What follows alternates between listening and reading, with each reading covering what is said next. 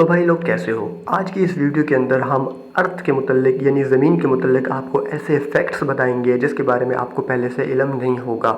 Fact number 1، viewers, اگر میں آپ کو کہوں کہ آپ ابھی اپنے کمرے میں موجود ہو کر بھی 30 کلومیٹر پر سیکنڈ کی سپیڈ سے موو کر رہے ہیں تو آپ حیران رہ جائیں گے۔ جی ہاں، آپ 30 کلومیٹر پر سیکنڈ کی سپیڈ سے موو کر رہے ہیں، کیونکہ جس زمین پر ہم موجود ہیں یہ ایک سیکنڈ میں 30 کلومیٹر کا فاصلہ طے کر رہی ہے۔ اس کا مطلب یہ ہے کہ ہم ایک منٹ کے اندر تقریباً 1800 کلومیٹر کا فاصلہ طے کر رہے ہیں۔ تو ویورز، آپ کے ذہن میں یہ خیال آئے گا کہ پھر ہم اس سپیڈ کو فیل کیوں نہیں کر پا رہے؟ تو بھائی لوگ، اس کی مثال ایسے ہی ہے جیسے کہ آپ کسی جہاز میں بیٹھے ہوں اور جہاز 1000 سے یا 1500 کلومیٹر کی سپیڈ سے سفر کر رہا ہوتا ہے، لیکن اندر بیٹھے ہوئے شخص کو بالکل بھی فیل نہیں ہوتا کہ وہ اس سپیڈ سے موو کر رہا ہے۔ تو اسی کی طرح زمین بھی 30 کلومیٹر پر سیکنڈ کی سپیڈ سے موو کر رہی ہے۔ فیکٹ نمبر 2، ویورز، آپ یہ تو جانتے ہوں گے کہ جو دن اور رات ہوتا ہے اس کے پیچھے زمین کی روٹیشن ہی کارن ہے، لیکن آج ہم آپ کو ایک بات بتاتے چلیں کہ زمین کی جو روٹیشن ہے وہ گریجولی آہستہ آہستہ کم ہوتی جا رہی ہے۔ جی ہاں ویورز، یہ جس سپیڈ سے یہ ڈی ایکسلریٹ ہو رہا ہے وہ تقریباً 17 ملی سیکنڈ پر آور کی سپیڈ ہے۔ اس کی وجہ ویورز چاند ہے، کیونکہ جب زمین کی برتھ ہوئی تھی اس ٹائم پر چاند زمین کے بہت قریب تھا، جس کی وجہ سے زمین کی روٹیشن بہت تیز تھی، لیکن وقت گزرنے کے ساتھ ساتھ چاند زمین سے دور جاتا رہا اور وہ تقریباً 3.78 سینٹی میٹر پر ایئر کی سپیڈ سے زمین سے دور جاتا رہا، اور جتنا دور چاند زمین سے جاتا گیا ویسے ویسے دن کا ڈیوریشن بڑھتا گیا۔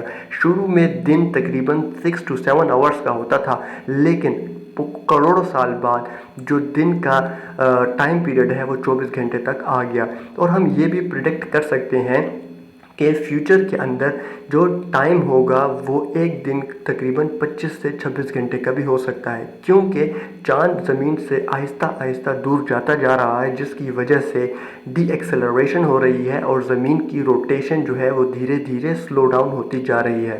فیکٹ نمبر 3، ویورز، بہت عرصہ پہلے یہ بات مانی جاتی تھی کہ زمین اس یونیورس کا سینٹر ہے، یعنی کہ تمام سورج، چاند، ستارے سبھی کے سب زمین کے ہی گرد گھوم رہے ہیں۔ اس ماڈل کو جیو سینٹرک ماڈل کہا جاتا تھا، لیکن بعد میں سائنٹسٹس نے اس پر بہت ریسرچ کی اور ایک سائنٹسٹ جس کا نام نکولس کوپرنیکس تھا، اس نے ایک ماڈل پیش کیا جس کا نام تھا ہیلیو سینٹرک ماڈل۔ اس ماڈل کے تحت سورج کے گرد تمام سیارے اور زمین بھی گھوم رہی ہے۔ ویورز، ہم یہ بات جانتے ہیں آج کہ جو جیو سینٹرک ماڈل تھا وہ بالکل غلط ہے، اور بعد میں جو سائنٹسٹ نے پروف کے ساتھ پیش کیا وہ ماڈل بالکل ٹھیک ہے۔ اس کے علاوہ بھی ویورز، یونیورس کے بارے میں اور اسپیس کے بارے میں بہت سارے انکشافات ہو چکے ہیں جس نے پرانی تھاٹس اور پرانی تھیوریز کو بالکل غلط ثابت کر دیا ہے۔ Fact number 3، temperature of the earth. Viewers, جو زمین کا ایوریج ٹیمپریچر ہے وہ تقریباً 16 ڈگری سینٹی گریڈ ریکارڈ کیا گیا ہے، لیکن آپ یہ بات جانتے ہیں کہ ڈفرینٹ جگہوں پر ڈفرینٹ طریقے کا ٹیمپریچر ہوتا ہے، کہیں پر بہت زیادہ ہوتا ہے اور کہیں پر بہت کم ہوتا ہے۔ جولائی 1913 کے اندر ڈیتھ ویلی، جو کہ یونائٹڈ اسٹیٹ کے اندر واقع ہے، وہاں پر زمین کا سب سے زیادہ ٹیمپریچر ریکارڈ کیا گیا تھا اور وہ تقریباً 56.7 ڈگری سینٹی گریڈ تھا۔ ویورز، اس کے علاوہ ایک ایسی جگہ بھی موجود ہے جہاں پر زمین کا سب سے لویسٹ ٹیمپریچر بھی ریکارڈ کیا گیا ہے۔ یہ جگہ روس کے اندر واقع ہے جس کو وسکوٹ اسٹیشن کہا جاتا ہے۔ 21 جولائی 1983 کے اندر یہاں پر سب سے کم ٹیمپریچر ریکارڈ کیا گیا تھا اور وہ ٹیمپریچر تقریباً -89.2 ڈگری سینٹی گریڈ تھا۔ فیکٹ نمبر 5، ویورز، کیا آپ جانتے ہیں کہ زمین کی ایج کیا ہے؟ تو میں آپ کو بتاتا چلوں کہ زمین 4.54 بلین ایئرز اولڈ ہے، یعنی کہ تقریباً 454 کروڑ ایئر اولڈ ہے۔ اب آپ کے ذہن میں یہ خیال آئے گا کہ کس طریقے سے اس ایج کو کیلکولیٹ کیا گیا ہے۔